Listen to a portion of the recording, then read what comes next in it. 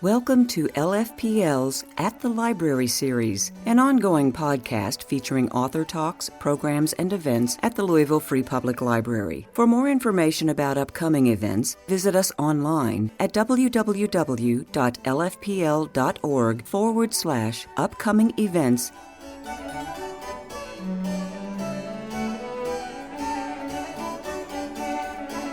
Dr. Catherine Fosl, PhD, is Professor Emerita at the University of Louisville, where she co-founded the Anne Braden Institute for Social Justice Research and directed it for 15 years.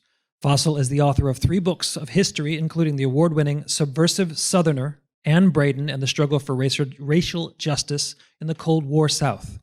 Most recently, she was part of a team of scholars that completed a history of institutional harms committed by the Louisville police since their founding in the early 19th century.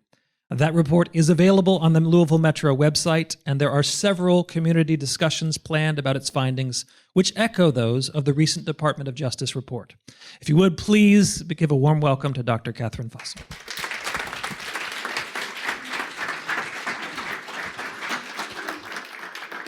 Well, thank you so much. What a generous introduction. I appreciate that. At first, I've just got a couple of disclaimers before I start, okay? And one of them is there are several people in the audience tonight that probably could teach such a course on Anne Braden. So that's a little different kind of experience to be, in the presence of that kind of close relationship with Anne, and you'll hear about some of these people later. Well, as you heard, I was Anne's biographer, and that's been 21 years ago, okay? And yet, I'm still talking about Anne Braden. And so, why? Did I just not get a life? Is that, but no, I think that this... at a cocktail party, I would like to say, despite my best efforts, Anne Braden is still not famous. So I've still got some work to do. But a very famous poet, who was the poet laureate of Kentucky for a time, who's returned now to her native South Carolina, Nikki Finney, once said to me, when you get done with that book, you got to put that book on your back and carry it. Don't ever lay it down. And truthfully, I never have. Because the story is so powerful and so loaded with insights for every single one of us, no matter our age, our race, our class, our gender, our region, our, nation, actually. And so that's what that's a sort of a disclaimer. I'll talk more in the story of the talk about Anne's significance and her impact. But I guess I just want to say a couple of words about it. She, you hear a lot and you see a lot on TV and in, media about the white savior, okay? And that was not Anne Braden. So in telling her story, I do want to underscore the fact that I'm not trying to lionize her, except insofar as there are gems of wisdom in her story that could help to motivate and sustain all of us, okay? So she was in it. She was in it 100%, 110% really, for all of the years between when she sort of turned her life inside out and upside down, as she liked to say, at age 23, until she died here in Louisville in 2006 at the age of 81. And that's a long run to remain active, okay, politically, socially active in a plethora of anti-racist, anti-war, pro-social justice, pitched broadly type of causes. So, that's a bit about why the story still matters, okay? The way I'm going to tell this story is this. I remain her biographer. I thought she would have other biographers. that would sort of replace me or supplement me or whatever. It hasn't happened yet. So I am her biographer, and I do obviously think her life is important. And so, quite a bit of the talk will be about her story, because, in fact, that was a way, some of you know, I knew Anne and knew her very well. It's an oral history-based biography. So I had the privilege of interviewing her, which really presented a lot of challenges, as some people in this audience are aware, because, I've interviewed her from the back seat of her car when she was at the Wendy's drive-thru, okay?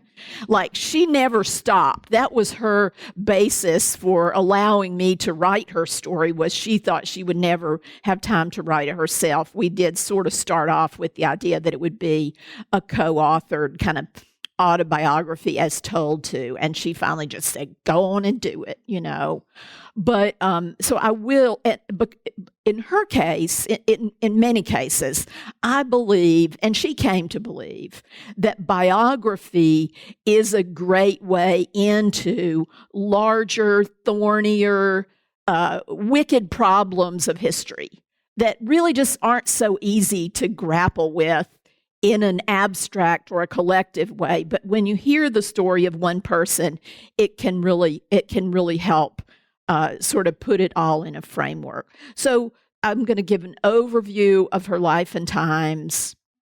I'm going to talk a bit about her young life. That was, when the book first came out, that was a big question that people had of why, why did she change? When did she change? How did she change? I'll talk a bit about her young adult activism and her key factor in that, her marriage to Carl Braden when she was 24, just about to turn 24 years old.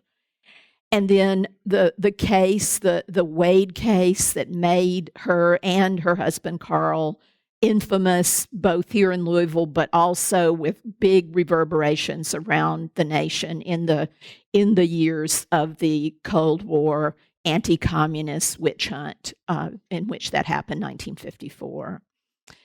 And then I'm going to talk a little bit, I had this phrase that I put in my book, and Anne, in the last few years of her life, actually liked to adopt that phrase, and it was called From Pariah to Heroine, because it's very hard to really comprehend how thoroughly demonized she, as a white person in this town and in this region, was as a result of having stood up to housing segregation and to political authorities to defend Andrew and Charlotte Wade's right to live in the house of their choice in Jefferson County in 1954.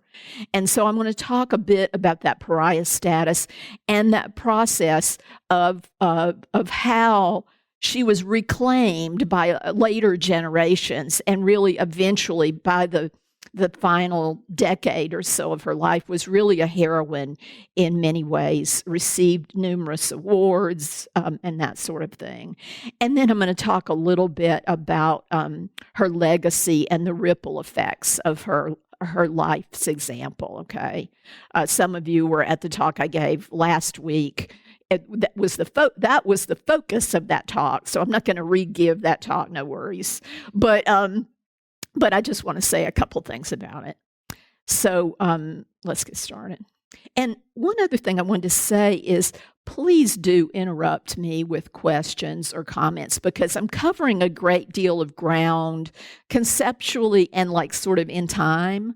So especially if it's something like when she was in her 20s, or even if it's about the 1980s, if you wait until the end, we might have all lost the thread for that. So don't hesitate. Here she's pictured not long after her memoir, The Wall Between, which told the story of the Wade dynamiting and the resulting sedition case that I mentioned of 1954. She's holding that book, and it came out in 58. So I'm going to say this was around 58, 59 when this picture was taken. So she, and then she continued her life and her activism through 2006. And I just put a kind of a summary of all of the currents that her life touched on: the wretchedness of the Great Depression, the haves and have-nots that she witnessed as a child in those years, the upsurge of World War II, which really brought about sort of a major change in, Black veterans and Black residents' willingness to go slow anymore when people are having to fight for victory over fascism abroad, and they don't have the most basic of rights in a lot of the United States. And a lot of Black servicemen were treated better where they were placed abroad than they were treated when they got home. And so the World War II created a lot of currents that she was in college during those years and observed those currents. I mean, frankly, one of those currents was that because men were away fighting, there were more opportunities for women. She might never have gotten the start in journalism that she got had she not graduated college in 1945 and been looking for a job.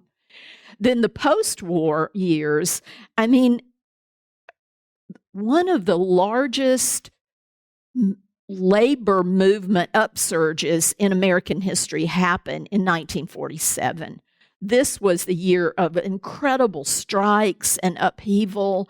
And there was just, after the war, there was just a lot of social movement. There was a lot of wide public discussion over where we will go as a nation. She was a very young person absorbing all that.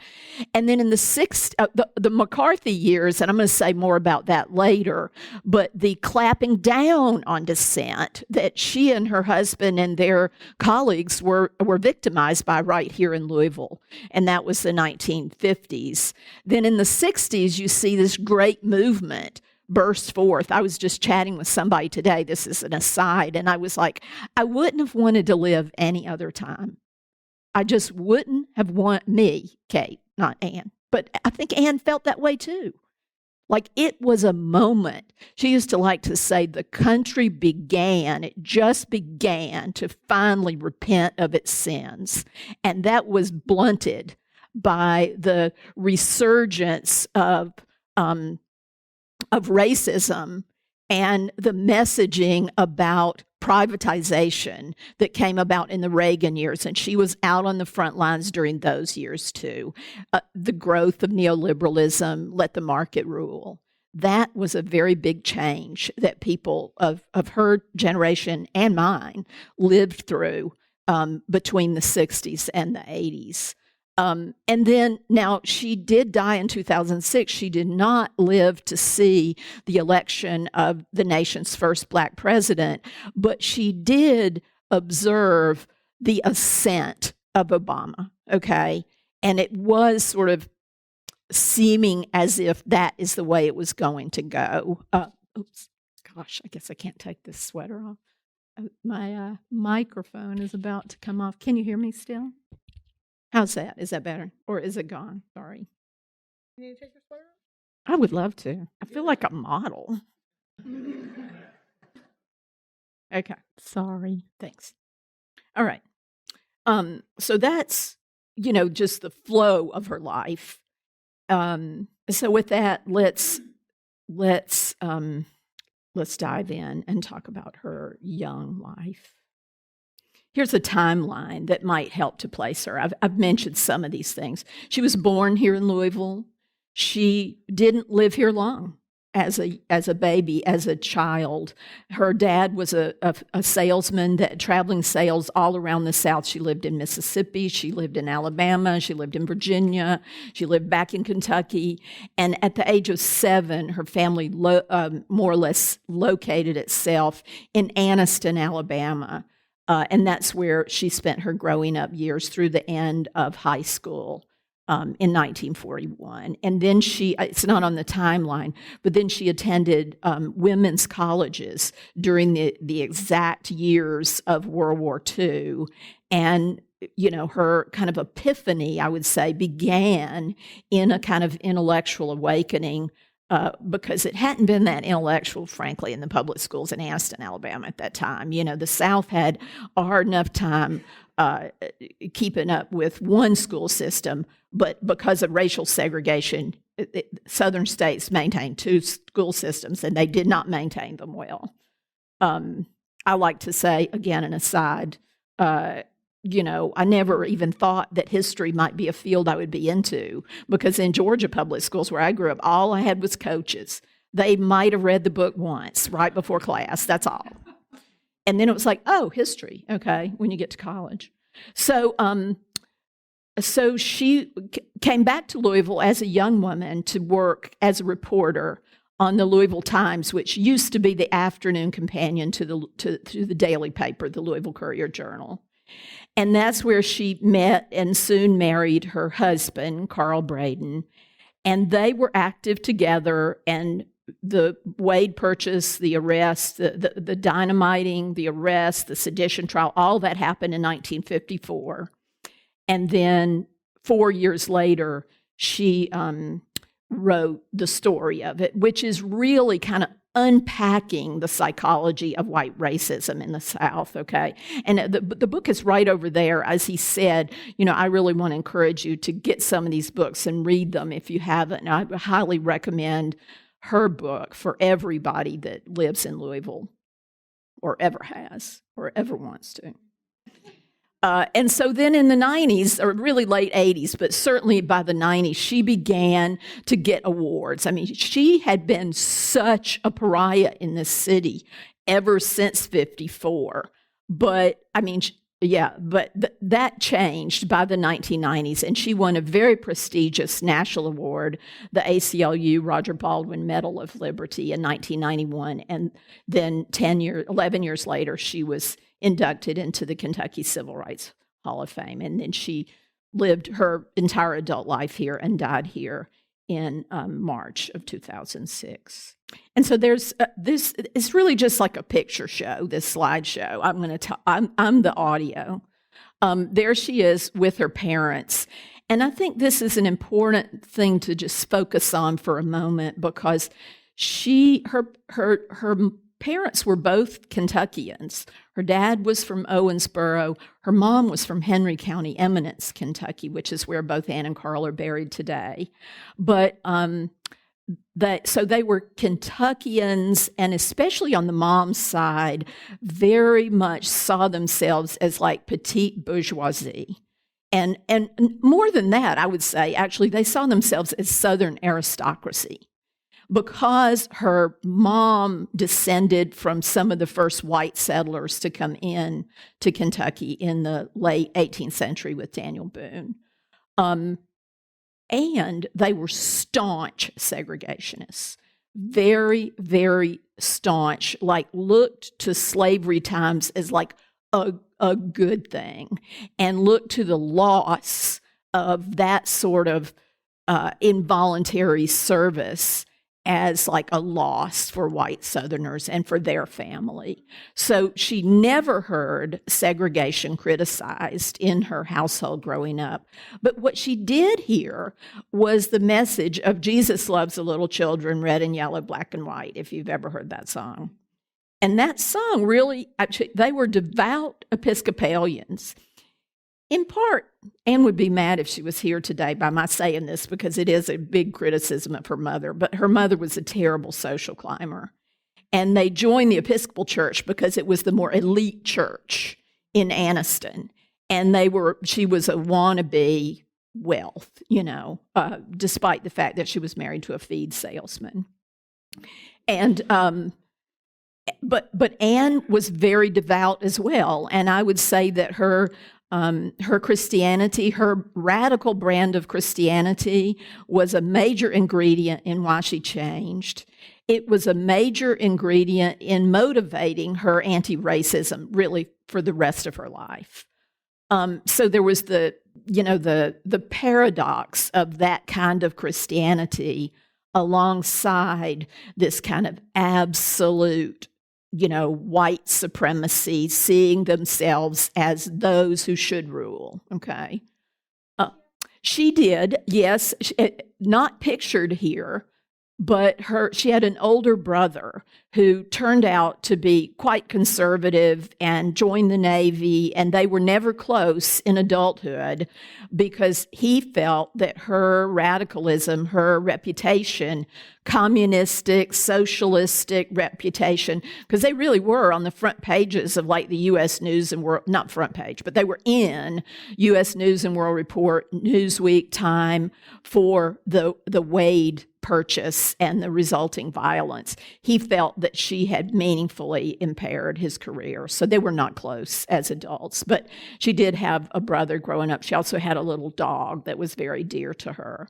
But one other thing I want to say about religion before I move forward is, in those years, Southern Christianity was not the kind of, the brand that's extremely conservative that we know today. It might not have been what I would call radical in any sense, but it was a social gospel thread to Christianity in the 1930s and 40s alongside the Depression that really, really influenced Anne in the youth group that she was a part of. And some of those people that were in that youth group went on to a very, very radical socialistic critique of American capitalism. So she heard hints of that growing up because the social gospel made Christians much more liberal as a group, certainly in that Episcopalian community, than you might find today. Well, maybe not today. But then you would find by the 1980s. Let's put it that way.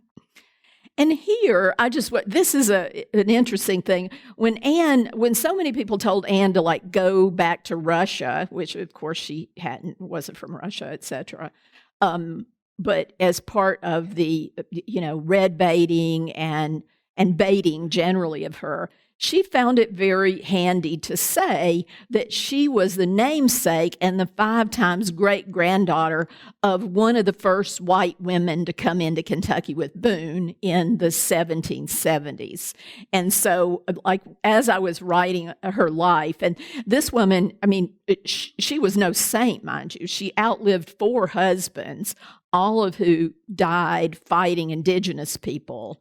And she was a enslaver herself. She ran the tavern. Anne McGinty was her name, Anne Pogue McGinty. She was one of the early colonials here in Kentucky when it was still part of Virginia. But the fact that she was one of the first settlers was a kind of a point of pride in this very aristocratic-leaning family. And it became a kind of point of pride to Anne, who was named for her. They both were named Anne as she was growing up, because she did understand that this woman, to outlive 4 husbands and run a tavern in 1780, it took a lot of strength, right? So I just thought I would show you that. The tavern was in Harrodsburg, and Anne McGinty's grave, Anne and Carl visited that grave and took their children to visit it when they were raising children. It's there in Harrodsburg today. In fact, if anybody's been to that pioneer village, if they still have it in Harrodsburg, Anne McGinty's tavern is recreated there, and you can see her grave. It's a big part of the sort of public memorialization of the pioneers in central Kentucky. Well, she went to college. She got her eyes open intellectually. She was a passionate writer, an English major, who then turned to journalism, in part because there were opportunities in journalism. She was on the college newspaper, and there were opportunities in journalism because of the World War II had taken a lot of the men out of the picture. And so she wrote first for the Anniston Star back in her kind of hometown, and then she got a job offer that brought her to Louisville. And when she came to Louisville, she had no idea of the post-war civil rights upsurges that were going on in Alabama. But they were more visible here in Louisville, where the NAACP was freaking illegal in Alabama. But here, there was an active NAACP. And so in the first year that she moved to Louisville, she was the education reporter. And Lyman Johnson started his challenge to be able to get a master's in history from the university, to desegregate the University of Kentucky to get a master's in history. So she interviewed Lyman Johnson in the first weeks that she was here in the job. So I think there were like a lot of like sort of scales falling off of her eyes in those years, but there were none that were any more transformative than her falling in love with this man who was 10 years older than her, and he was a very, very committed Marxist and socialist who had covered he was a labor reporter for the Louisville Times. He had covered labor. He was in the union. He was very, very active in that sort of post-World War II upsurge of both labor and civil rights that was so bubbling up in those years. And the labor movement and the civil rights movement were very together in those years, and I'm going to talk a little bit more about that later. But they married, and they left mainstream journalism and went to work. They set up this labor information center. Got any trade unionists in the audience? Anybody here? There was one telling me he was going to come, but I guess he didn't make it. But they set up this labor information center in what was then called the 7th Street Unions. And I actually don't know exactly where on 7th Street that building was. There are trade unionists here in town that could tell you that. But the leader of the left-leaning unions in those years was a group called Local 236 of the farm and equipment workers, because back then we were way more of an industrial city than we are today, and FE represented the International Harvester Tractor Company, which was here locally. And so, but it was a very militant union that fought for black and white workers to have the same pay scale, to have access to the same amenities on the shop floor. And the Bradens set up this labor information center and ran for a year because it's the coming of the Cold War, okay? So that post-war moment was, I didn't live then. I mean, I wasn't alive then, but I've read enough to know that it was almost like, not quite like, for those of you that are history buffs in the audience, not quite like Reconstruction, because it didn't reconstruct race relations, but a moment of possibility in American culture that was very, very, open to change, open to social experimentation, still lifting up the little guy as had been done by Roosevelt and many other liberals and leftists during the Great Depression. So they did that. That was their first kind of partnership job. She always used to say she didn't just marry a man, she married a movement. And so they did that together. And they were paid. Indeed, they were. That was a paying job. It didn't last long. But she always valued that. And here's a picture. There's a beautiful book out, and I don't know if the library owns that book, but I just happened to bring a copy. If you're interested to know more of that labor history, there's a beautiful book that came out a few years ago called The Long, Deep Grudge, a story of big capital, radical labor, and class war in the American heartland by a woman named Toni Gilpin, a Chicago historian, that is a fabulous book that is the story of local FE 236. And she gave me this photo. I don't know if that's Anne. I know that this was later after the Labor Information Center had closed. But Anne, during this time, was active in the women's auxiliary, which, because it was a male-dominated union. But the women organized a lot of pickets alongside the men or in conjunction with the men when they went out on strike. And they went out on strike a lot. So she gave me that picture. So again, there's a lot more I could say, but, I'm trying to get through this whole story and leave some time for conversation. Another example of her kind of young adult activism was the Willie McGee case. And this is a very hard story. Willie McGee, who's pictured there, had lived in Laurel, Mississippi, which Mississippi's commonly looked at as the most racist of the southern states. And Willie McGee had an affair with a married woman, a white woman. And it was an ongoing affair. Everybody in the town, it was a small town, knew about this affair, but it happened only behind, in the most closed of quarters. And then one day her husband walked in on them and she cried rape. Okay. And in many communities in the South in those years, the penalty for a black man raping a white woman was the death penalty. And there was a big fight back about this case. And here was Anne living in Louisville, Kentucky, was in the middle of that sort of turning myself inside out and upside down and getting a lot more involved with like the NAACP, with school desegregation battles here in Louisville. But she wasn't really part of the national civil rights movement, which was, under fire at this time because of the coming of anti-communist hysteria, so that many, many activists were demonized as communists in those years. But she was active with a group that was demonized as communist in those years, that did have many communists that belonged to it because they were among the most stalwart racial justice advocates. They took Civil Rights Congress was the name of that organization, a national organization, not local. And they took up the Willie McGee case. If any of you have ever heard of Bella Abzug, it was one of her earliest cases was as the lawyer for Willie McGee. They fought this case. They fought his execution for several years.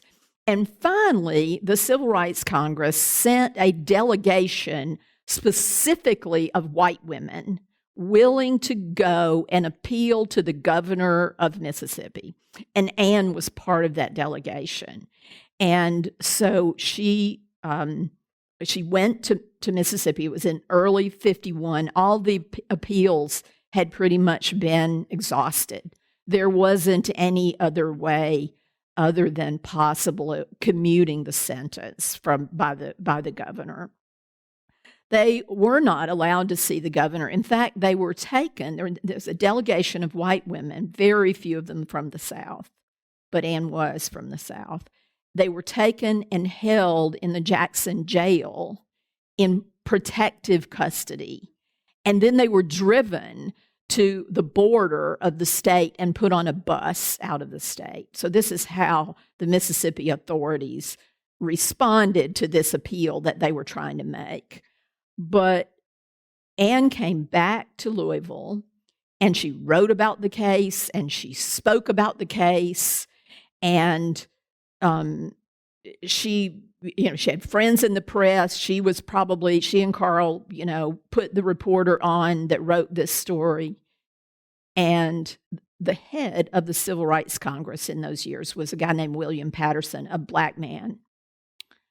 And he said, well, what do you do? He was talking to all the women that had been on the delegation. What are y'all doing back home? She said, I've been talking to the black press. I've been writing. I've been speaking in black churches. I've been writing about this. I've really talked it up. And he said, but Anne, black people know this. You don't need to be talking to black people. Black people are very aware of this injustice. You need to be taking this story to the white community. And it really was an important epiphany for her. And ever after, she resisted the urge to just root herself and her activism in an all-Black environment, and always insisted on talking and recruiting to whites to oppose. In those years, it was opposing segregation and racial violence. The slide I took out of this presentation, by the way, was there was a picture. Willie McGee lost his appeal. He was lynched. It was what they call a legal lynching in Mississippi. Back then, they had a portable electric chair, and he was put to death in a portable electric chair out on the lawn of the courthouse in Laurel, Mississippi. And it was seen, there was a newspaper headline that showed it, but I just didn't want to show it. I just didn't want to give it that kind of airing anymore. But it was a very important and a very formative moment for her. The next formative moment was indeed the Wade case of 1954. In the spring of 1954, the people in the South and people paying attention to the many attacks on racial segregation that the NAACP and many organizations had been making for a long time by that time, everyone was poised to see what the U.S. Supreme Court was going to do. Very different U.S. Supreme Court than we have today, by the way. They were going to rule on this case that was actually it was a consortium of cases that became Brown v. Board of Education. There were cases from all over the South Carolina. The Brown v. Board was actually Topeka, Kansas, but there were many southern states represented. And people were alert to the fact that this ruling was coming down. That same spring, Andrew and Charlotte Wade. Andrew Wade was a World War II veteran that came home to Louisville. His father lived here, came back to Louisville, and had a thriving electrical business with his dad. He had the money to buy a house in the suburbs because that was suburbanization was just getting going in those years. His wife just really wanted to live in the suburbs in a new ranch-style home, one of those limestone ranches that are very popular here in this area. And nobody would sell to them. Sometimes they would get as far as the contract because it's hard to tell it really in this picture, but Andrew could pass for, if not white, perhaps some people said he's Mexican, right? But then when they met his wife and daughter, they would default on the deal. There was no law preventing them from buying a house out in the suburbs at that time, but they had been turned down enough times. And finally, a sympathetic white realtor said, "You got to get some white people to just front it for you, you know?" And so he went immediately to Anne and Carl Braden because they were known to be these stalwart white supporters. And they immediately felt that they couldn't say no. I mean, they had a lot going on, honestly, but they felt that they couldn't say no. And they did. Andrew and Charlotte found a house out in, some of you probably visited the site, in what is today Shively. It was open countryside, a brand new suburban development at that time. But they moved in, and this picture was taken the first morning they woke up in their new house. Those were gunshots that had been fired through the front picture window. You can't see it, but there was a cross in the front yard, and the N-word was scrawled on a rock that had come through the window as well. There were other windows shot and thrown out with rocks. So that was their greeting into this neighborhood. And a campaign resulted. And Anne and Carl, because they had left newspaper journalism by that time, but they were very talented writers and publicists. And they just started churning out news about this. They sort of had their own alternative news sources, and they knew a lot of reporters, black and white. They got the story widely publicized. But if you look at the date, that was a Sunday. This is one day before what segregationists called Black Monday out of the U.S. Supreme Court. And so the court ruled to condemn school segregation the very next day. And it was always Anne's theory, and it certainly was mine too, as a scholar of that history, that the Wades and the Bradens caught the local backlash from that people were tense, white people were tense about this threat to the schools, to the whiteness of the schools. And so the idea of this one black family moving into a very undeveloped suburb felt way more threatening to them had it not happened at that time. And then the other backdrop that I want to remind you of is the Red Scare at this time. So any hint of communism was a very threatening thing. And there was a little newspaper out in Shively called the Shively Newsweek that they began right away running these editorials that this had been a communist plot, that the whites who bought the house had actually been the ones that were attacking it. 6 weeks after the picture you see here, that house was dynamited. And the dynamite was placed under their little daughter's bedroom floorboards. And no one ever knew if they really were trying to hurt her or if they were aware that she typically spent Saturday night in town and went to church the next morning with her grandparents. No one was injured that night, but the house was unlivable, after that. And what had been a tense situation now turned truly explosive. And the grand jury, Anne and Carl and others, there was a Wade Defense Committee formed. Those who supported the Wade's right to live in the house formed this Wade Defense Committee. They were pushing for a grand jury to investigate this violence. They never dreamed that when the grand jury did investigate the violence, it would take up the same perspective as that one editor of the Shively Newsweek had. The Commonwealth's attorney embraced the theory that this had all been a communist plot to take land from white people, give it to black people, and in doing so, destabilize the government of Kentucky so that it would fall. And it sounds really wild by our lights, but by the end of September, Anne and Carl and the 5 other whites that supported the Wades in this quest had been arrested and charged with sedition, which who in here knows what that is? Is that a familiar? Okay. Well, back then, the reporters on the case had to go to the dictionary to try and investigate it. It had never been prosecuted.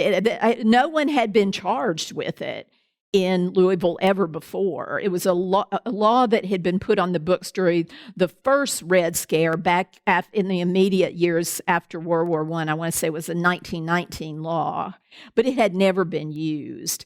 So it was, the way they defined it was like committing seditious acts. Well, that's not very clear, right?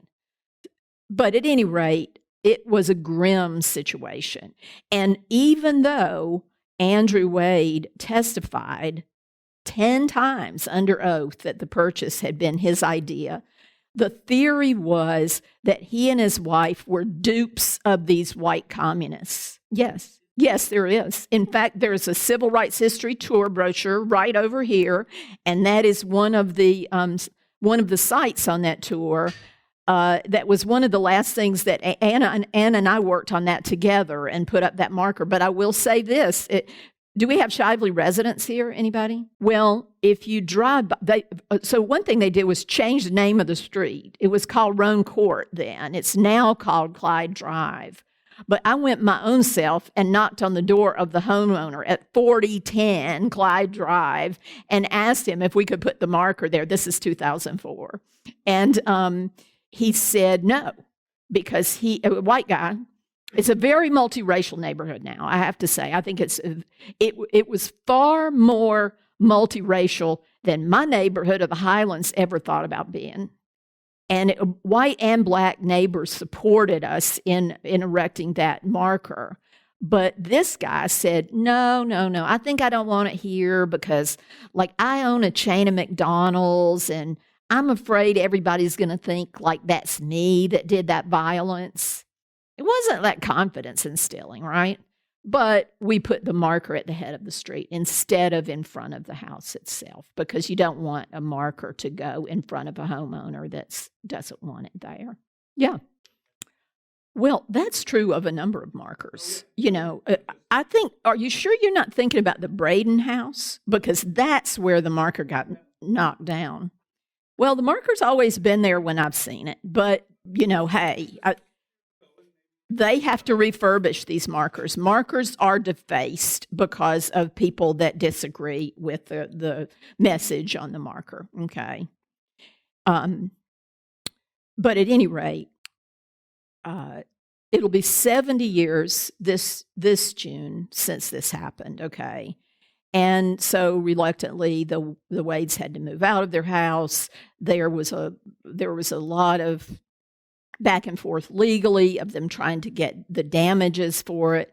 Meanwhile, Carl Braden's trial took place in a very, very contentious environment. In December of that year, there they are. And look, I always like to say this because it just goes, it's like another thing. It's this tiny little thing. It's not politically significant particularly. But look, there's Anne with her cigarette on the left there, and they would be smoking in the courtroom, which is not something you would ever see today. But there are three of the defendants right there, but Carl was the only one. He was supposed to be the ringleader, and he was the only one that ever faced trial. But also, I put that second picture in here too, because you can see it in the background there. But the attack that we're having right now in this culture on banned books, okay?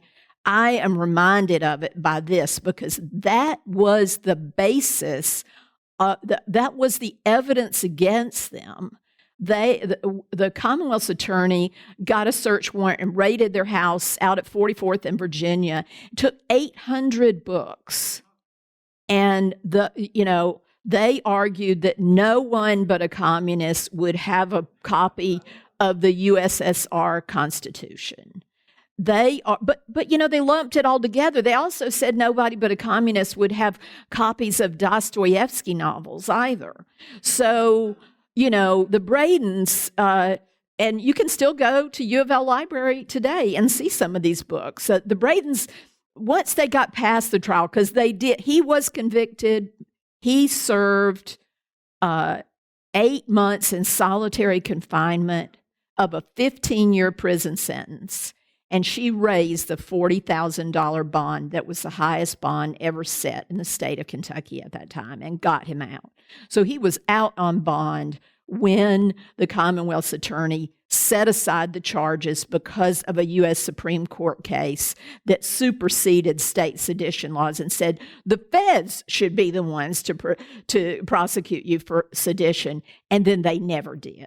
So he was never re-prosecuted. So it was a tough time for them. They're 2 young children. She had to go send them to live with her segregationist parents in Alabama while she traveled the nation to raise this bond, because she couldn't raise $25 here in Louisville. And during the trial, to go back to the question of the books, she heard rumors that Louisville liberals were taking bags of their own books and dropping them into the Ohio River because they were so frightened after the Commonwealth's attorney came in and charged them based on their reading material. So you all, reading material matters. I mean, I know that I'm preaching to the choir here, but we have never had a year in recent history. We have never had a year with book bannings happening like they happened in 2023. So a lot of libraries are mobilizing groups, and we've got to be on the alert for this. It wouldn't happen the same. See, that's the other thing. Like back then, it was the threat of communism. There's still, they say all Democrats are communists, right? That's the charge from arch conservatives. So there's still a little bit of a charge to the communist label, but the bigger label now is terrorist or even CRT, right? Critical race theory. I got to tell you, 5 years ago, I was teaching at UofL. I taught about critical race theory, not in great depth, but, and just to talk about it.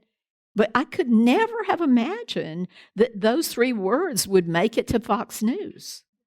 But they're like whole memos on how to, to stop Black history, the teaching of Black history, by calling it critical race theory and saying how subversive it is. There are many bills. Yes, you're so right. And there's like memos that went out to the states that are sponsoring those bills with it's sort of like a how-to kit. DEI, yes, that's the phrase of the year, this year. And, I guess the lesson I took from Anne Braden's life about this, she used to like to really quote Martin Niemöller in fascist Europe. They came for the communists and I was silent. They came for the socialists and I was silent. They came for the trade unionists and I was silent. And then they came for me. And so I think this is a battle we've got to fight the content of, not just the naming of it. So, yeah.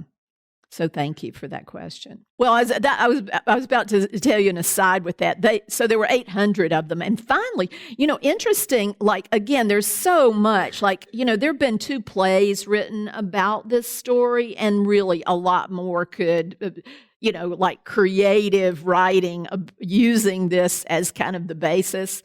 But I don't mean to make light of it, but a few years later, the Commonwealth's attorney that had really zestfully prosecuted this case committed suicide. He shot himself in the head. And just a few months before he did that, he called Carl Braden on the phone and said, you can come get your books back. Because the wind went out of the prosecution's sails with that U.S. Supreme Court ruling. None of the other defendants, including Anne, were ever tried, even though they had won a victory in declaring him guilty. But he talked to the Bradens and said, "You can come get your books." There's a picture that is still in her files that's of Carl Braden with a truck up to the courthouse door loading those books. So yes, the answer is they did get the books back. And they began to make light of the whole thing because in a way, what else can you do?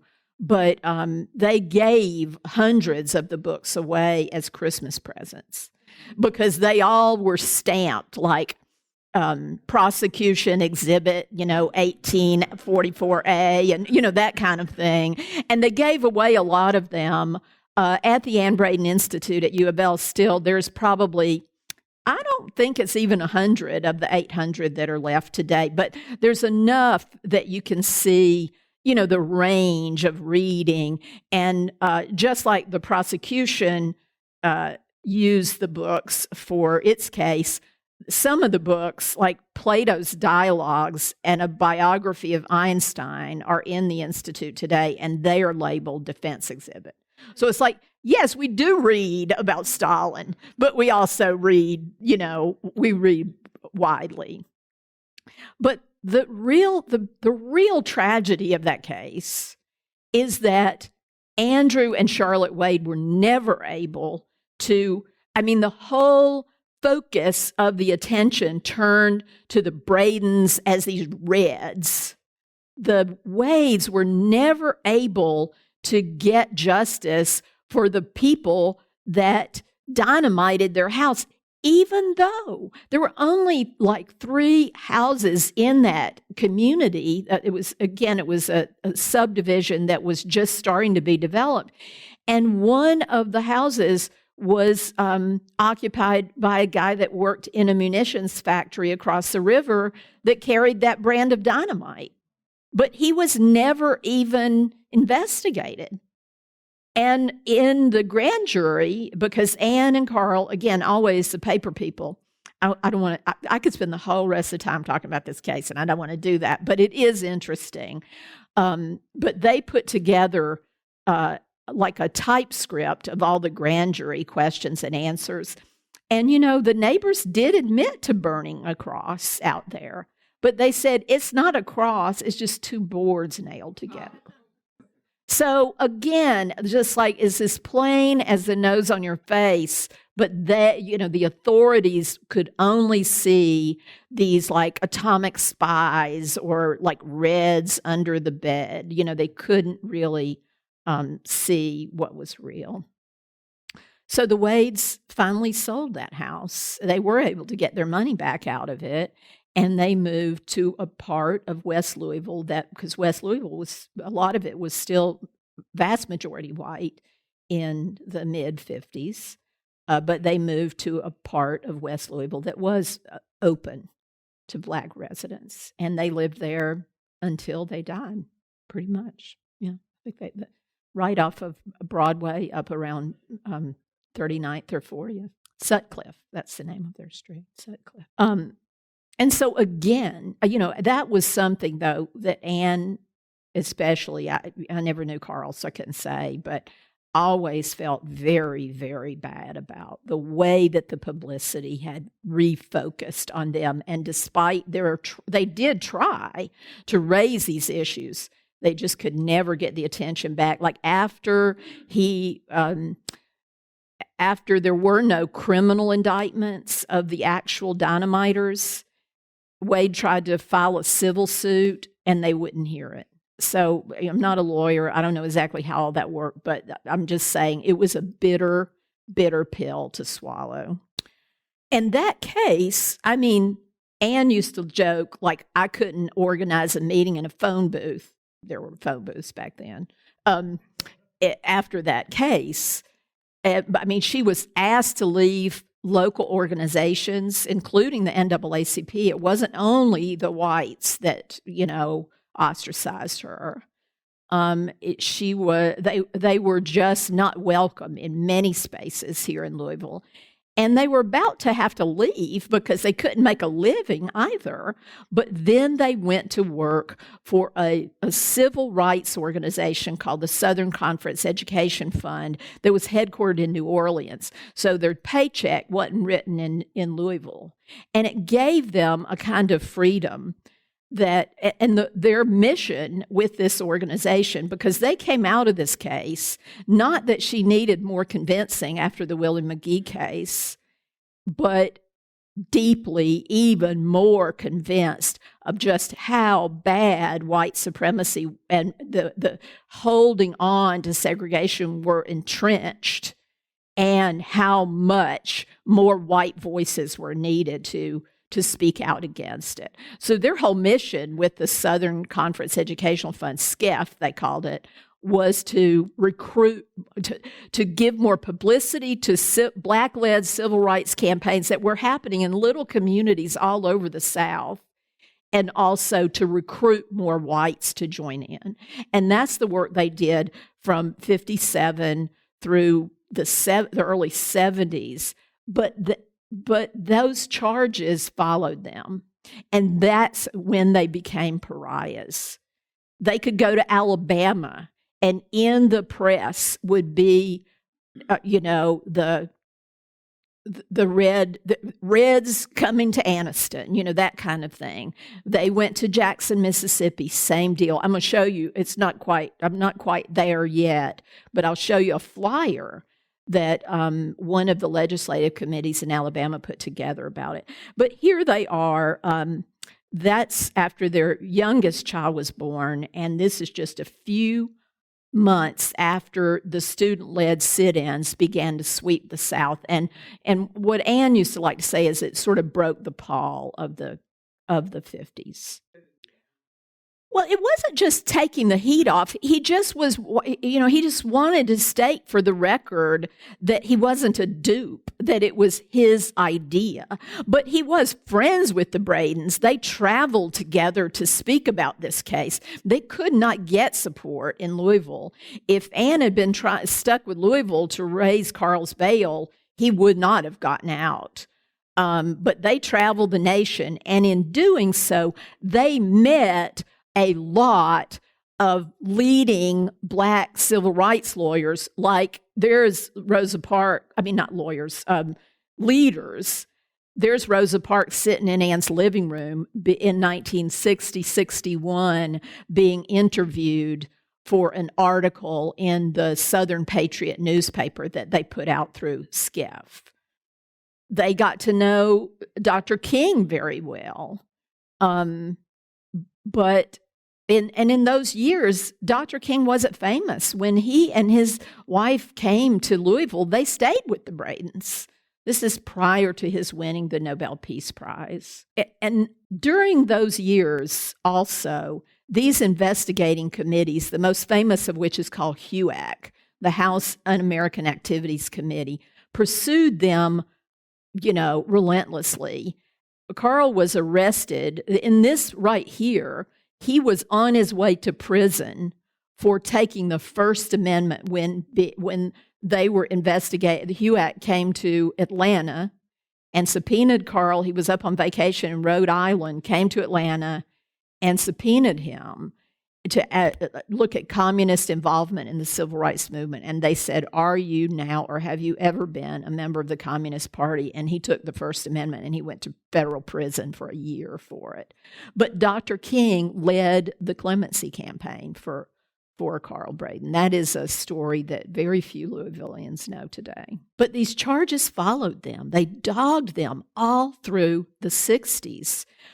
This was a film that was made by the Alabama Sovereignty Commission to oppose civil rights in the state.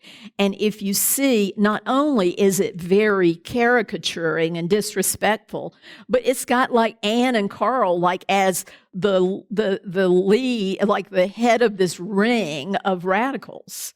And this was just one of many, many, many types of media. I mean, when the Mississippi Freedom Summer happened, when the civil rights workers came into Mississippi from all over the nation in 1964, SNCC asked Anne and Carl Braden not to come because it was too heavy of a price to pay, because this reputation was just reworked and reworked and reworked. At the same time, that was a very strategic move on the part of the Student Nonviolent Coordinating Committee Youth, SNCC, in asking them not to come to Jackson. But they did work very closely with the Bradens. They did. The young people that started those sit-ins in Louisville, in Lexington, in Frankfort, in Richmond, Virginia, in Atlanta, in Birmingham, in Chattanooga, in St. Augustine, all over the nation, they ended up reclaiming the Bradens, and that's in the SNCC headquarters in Atlanta. I'd say by then it's probably the mid-60s. I've actually never known who this guy on the left was, but the guy in the middle there, the tall Black man by Anne, is the Reverend James Orange, who was a longtime organizer for the Southern Christian Leadership Conference later in life. He's no longer living either. But so they were pariahs on the one hand among the authorities, and in Louisville, what Anne used to like to call the Braden sickness of how they were so ostracized was both worse and it was longer lasting than any other place. But young people came to them and sought them out. And so let me move on through this now. So they became mentors, even if it was sometimes on the sly. And So later in the 60s, the first movement of the 60s, of course, was the civil rights movement. And scholars think of it as the borning movement. A lot of the same people, a lot of the same messaging, a lot of the same tactics were then taken from the Black liberation movement into the anti-war movement, into the women's rights, the resurgence of the feminist movement, and into the early gay movement at the tail end of the 60s. And there are many ways that Anne became a mentor to younger people in all those movements. But I just brought this out because this young woman, Lynn Fuel, was the founder of the Louisville Gay Liberation Front, the first gay rights, and I'm using gay in an umbrella term, the way it would have been used in 1970. The founder of the first gay rights political organization in the state. She was also a big devotee of Anne Braden, and she had been one of 2 white students that sat in front of the downtown department stores on 4th Street in 1961 and faced mass arrest. So that mentorship isn't always obvious, but it was happening in all of those issue movements in those years. Lynn Fuel, Pfuhl. You're welcome. In the 1970s, around the busing crisis, well, Carl died in 1975 at the height of the busing crisis, let me say. And that was a terrible blow to Anne. He was young to die, and it was a very unexpected heart attack. But, she just kept going. She just didn't stop. And there was a call, an obvious need now for more white voices needed to support the court-ordered desegregation of Louisville Jefferson County schools by busing. So this is one of 2 cars that she had burned that year. And so I just put it in there. This was amid the resurgence of the KKK. She got a lot of threats, cards in the windshield in those years. And yet, she kept going. Just a few things from the 1980s. We could have a whole program on her activism in the 1980s, regionally, nationally, and locally. There she is agitating for the establishment of the Martin Luther King national holiday, which we know as a fait accompli today. It was very, very contested. In the top right, she's at a no intervention in Central America solidarity demonstration. And in the bottom, that's right there at UofL, she was opposing, she was supporting the anti-apartheid movement. That is. Free South Africa. Not a podium for apartheid. That's what her message says. And again, there are many more I could mention. She was, a picture I took out, because it really wasn't a very good picture, was she ended up becoming a delegate, a Democratic Party delegate to the Democratic Convention as a Jesse Jackson delegate in 1984. So that's an interesting, again, part of that shift away from being pariah. So now we're up into the 90s, and her mentorship of what became the Fairness Campaign, which was established in 1991 and struggled all through the 1990s to finally achieve an anti-LGBT discrimination ordinance here in 1999. And the women there, I'm just going to name them, and at least one of them is here today. So I won't call on her, but it's kind of cool. That's Betty Payne on the left, no longer living. That's Carla Wallace among us today. Oh, I said I wasn't going to call her name. I'm sorry. And that's Maddie Jones, who is still very, very outspoken for racial justice here in Louisville today in her 90s. Pam McMichael in the black shirt, and then Diane Moten, the first out black lesbian to really speak out publicly on behalf of fairness.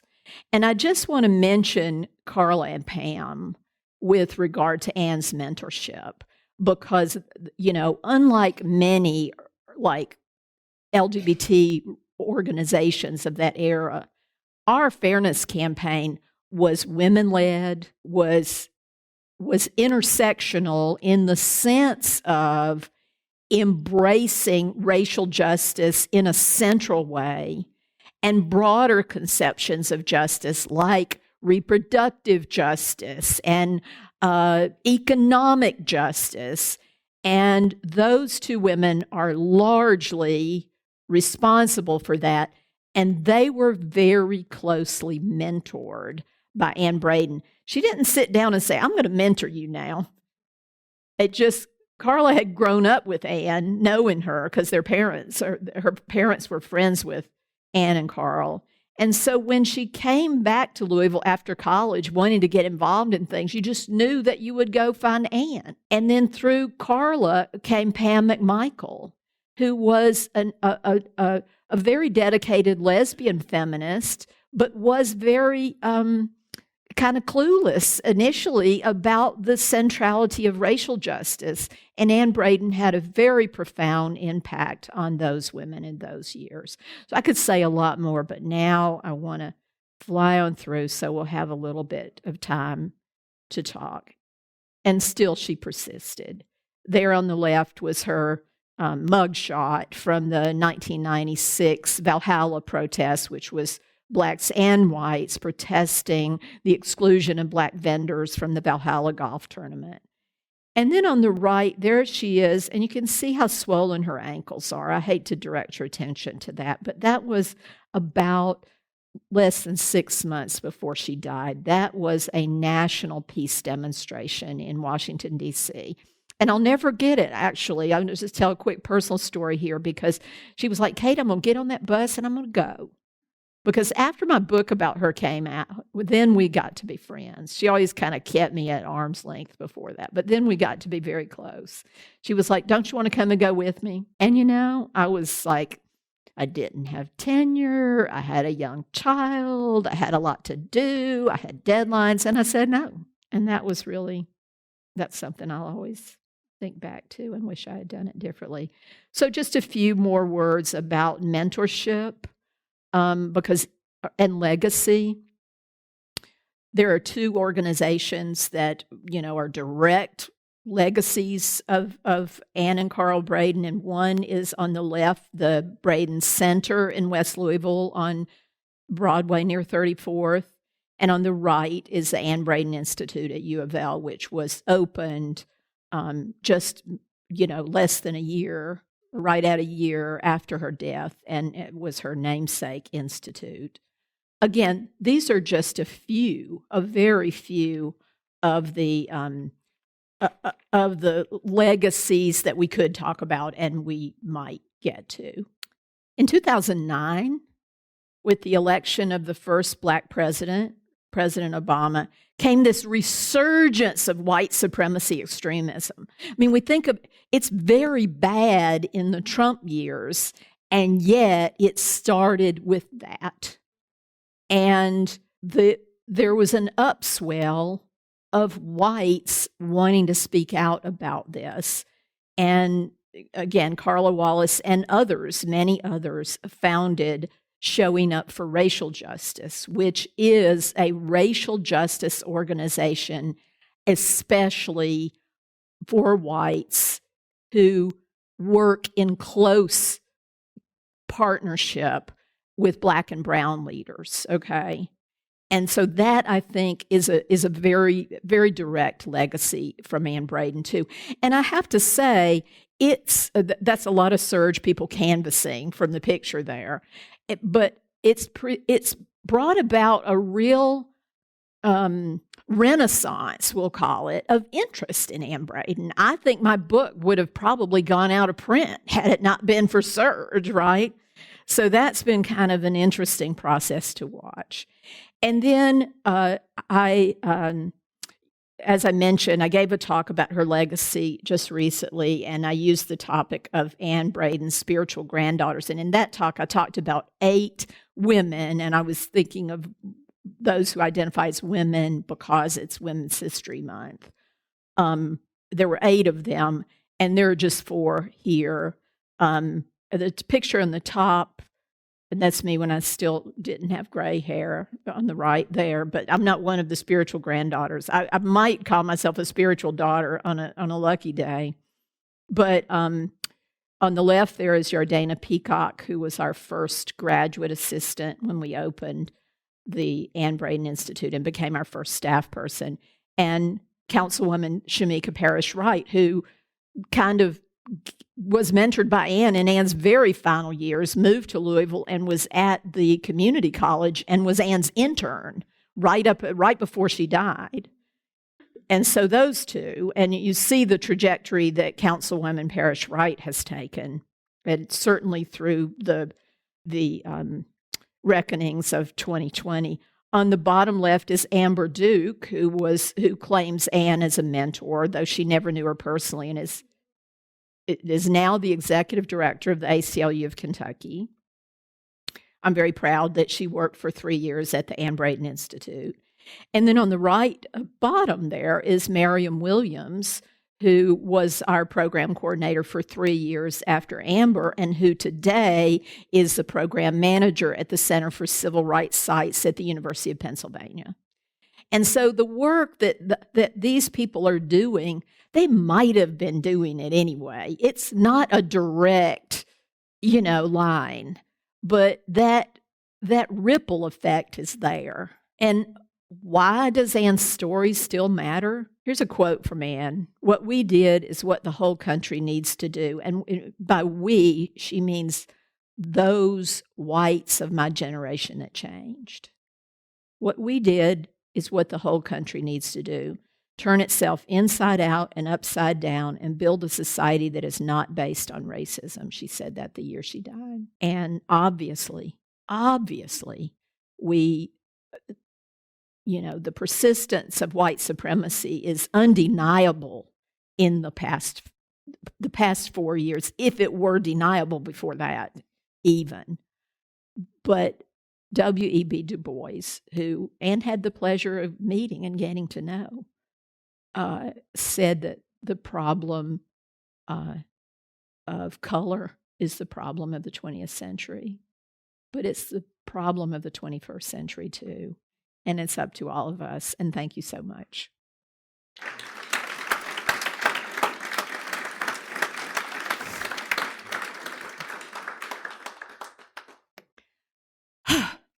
I've left you speechless, I'm sure. Her children have lived private lives. Her children have not chosen the course of activism, not in a sustained way. They have had, campaigns that they have gotten involved with at different points in their lives. I think it's important to remind ourselves of the trauma that those children went through to have their parents demonized so thoroughly on the news every night when they were growing up. And so it's not too surprising that they've chosen private lives as adults. Well, they weren't really raised by the grandparents. They did spend a lot of time with the grandparents, like every summer. They maybe spent, it's kind of classic, like you go spend a month in the country with your grandparents if you're like Southern. But they weren't raised by the grandparents. They lived there for 8 months while Anne was fighting that case. But I don't think that it was the imbuing of like white supremacy values in them that caused them to make those choices. It was a beautiful thing in 2014. When we partnered with this library and had an exhibit and had a big program opening the exhibit at the 60th anniversary of the Wade move into the house. Two of their grandchildren and Andrew's great nephew contacted me. They had always because Andrew died in 2005. And Charlotte Wade, his wife, just never really wanted to talk about it. She chose a very private life. But the grandchildren and the nieces and nephews came forward and spoke at that gathering. And I've stayed in some kind of touch with some of them since then. So I think that they, Andrew's great nephew just ran for Shively City Council within the past year. So ironically, he does live in Shively now. So I think that tradition is alive and well in that family. His name is Stephen Ebbs, E-B-B-S.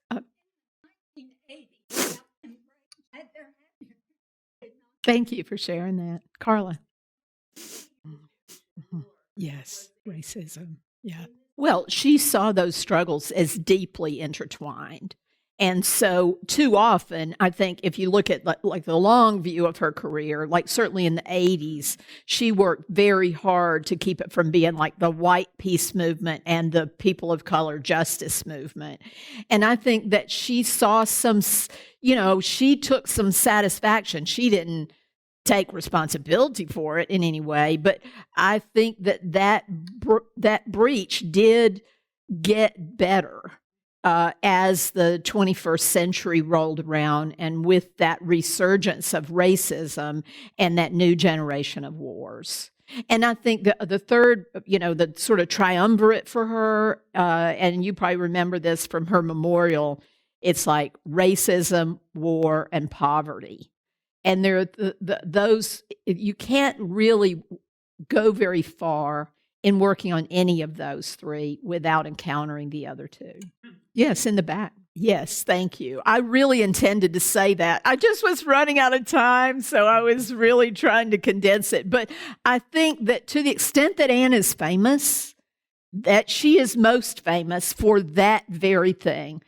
Dr. King mentioned 6 white people that he could count on, white writers specifically, in 1963 in Letter from the Birmingham jail.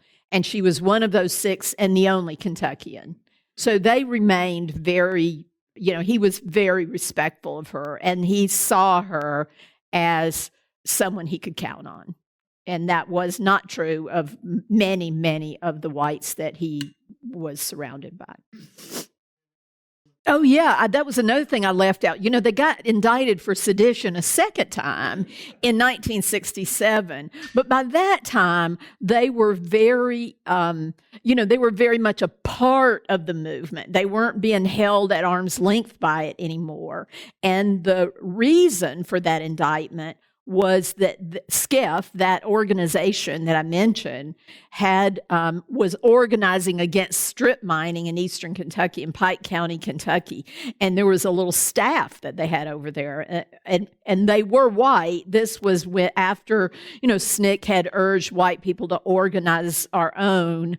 They were white, but they were arrested over there and, charged with sedition, because even though that Carl's conviction got overturned in 1956, they never completely overturned the law. They just set it aside. So, that was a big trial. And then Louisville, I forgot to mention, but in 1954, that's the first time cameras ever rolled in a courtroom in Louisville that was televised trial. But in 1967, that was in federal court in Lexington to look at the constitutionality of the sedition law.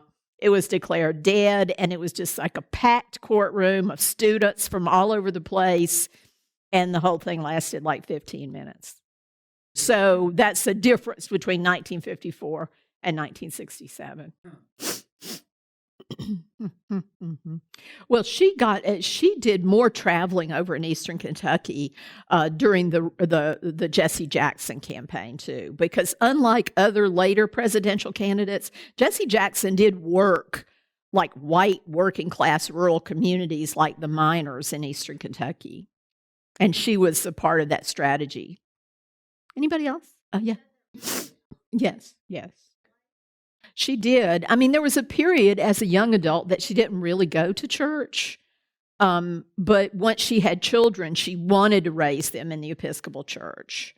And Carl had been Catholic. And in fact, Carl was up at Mount St. Francis. He was in the pro-seminary as a teenager and left the Catholic Church. So he wasn't a practicing Catholic anymore. So it was okay with him to go to the Episcopalians. And I just do want to recognize Jason Lewis, who's with the Archdiocese, the Episcopal Archdiocese of Kentucky, that has done, they're doing this honoring of Anne that is like sort of, do you want to say a word about that? Sure, happy. It was the last place I went.